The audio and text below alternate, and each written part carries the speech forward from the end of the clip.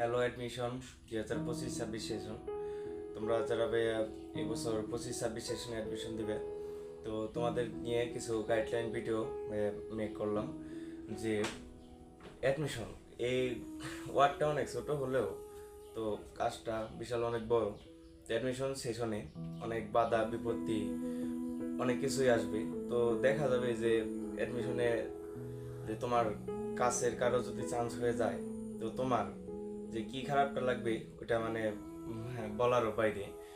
তো অ্যাডমিশন টাইমটা ভাই খুব সিরিয়াস। তো বেসিক টেসিক যা আছে সব বেসিকগুলো কমপ্লিট করে তারপরে অ্যাডমিশনে তোমরা বসবা আশা করি।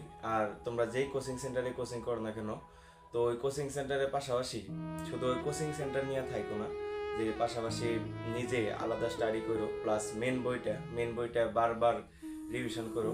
অনেক ভাইয়েরাই বলবে যে আমার স্লাইডটা পড়লেই যে কমন পড়ে যাবে বা এই স্লাইডের বাইরে আর কিছু আসবে না, কিন্তু ভাইয়া মেন বই থেকে সকল প্রশ্ন হয়। যে স্লাইডে সব কিছু তোলা গেলেও মানে মেন বইয়ের সব টপিক কিন্তু তোলা যায় না। তো এখন অ্যাডমিশন যারা দিবা তারা একটা রুটিন আমি দিতে পারি, যে একটা রুটিন তোমরা ফলো করতে পারো, যে স্টাডি, নামাজ, তো খাওয়া দাওয়া আর ঘুম।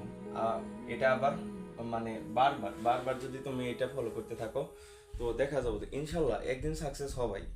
তো অ্যাডমিশনে হাল ছাড়া যাবে না। যে তোমার বন্ধুর চান্স হয়ে গেছে, যে তুমি সাইডা দিলা ওই সময়, যে বন্ধু ফেসবুকে চান্স পাইছে, যে বন্ধু ফেসবুকে কি করতেছে, যে একটা পোস্ট দিছে যে আলহামদুলিল্লাহ অমুক ভার্সিটিতে তোমার অততম হয়েছে, ওর মেরিট অততম, আর এই সাবজেক্ট আইতে পারে। তো ওইটা নিয়ে আফসোস করার কিছু নাই, তুমি ধৈর্য ধরো, ইনশাল্লাহ তোমারও একদিন চান্স হবে।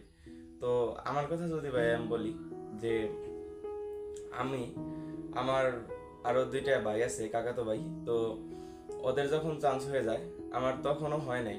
তো ওই মোমেন্টটা চিন্তা করতে পারো, যে একই বাসায় থাইকে মানে দুইজনের চান্স হয়েছে আরেকজনের হয় নাই। তো আমার মোমেন্টটা কি গেছিল ওই সময়, মানে কল্পনার বাইরে।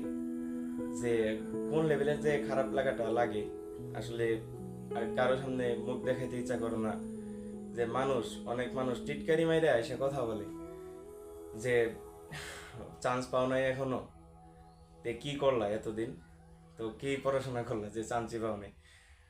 তো ধৈর্য ধরে থাকতে হবে সব সময়। আর সব সময় কি, যারা মুসলিম ধর্মের আছো তারা চেষ্টা করবা যে 5 ওয়াক্ত নামাজটা যাতে কন্টিনিউ করা যায়। আর পড়াশোনাটা খুব সিরিয়াসভাবে করো। আর সবার দোয়া নিও অ্যাডমিশন সময়, সবার দোয়া নিও। আর আমারও দোয়া থাকবে তোমাদের প্রতি। এই ছিল তোমাদের জন্য একটা গাইডলাইন।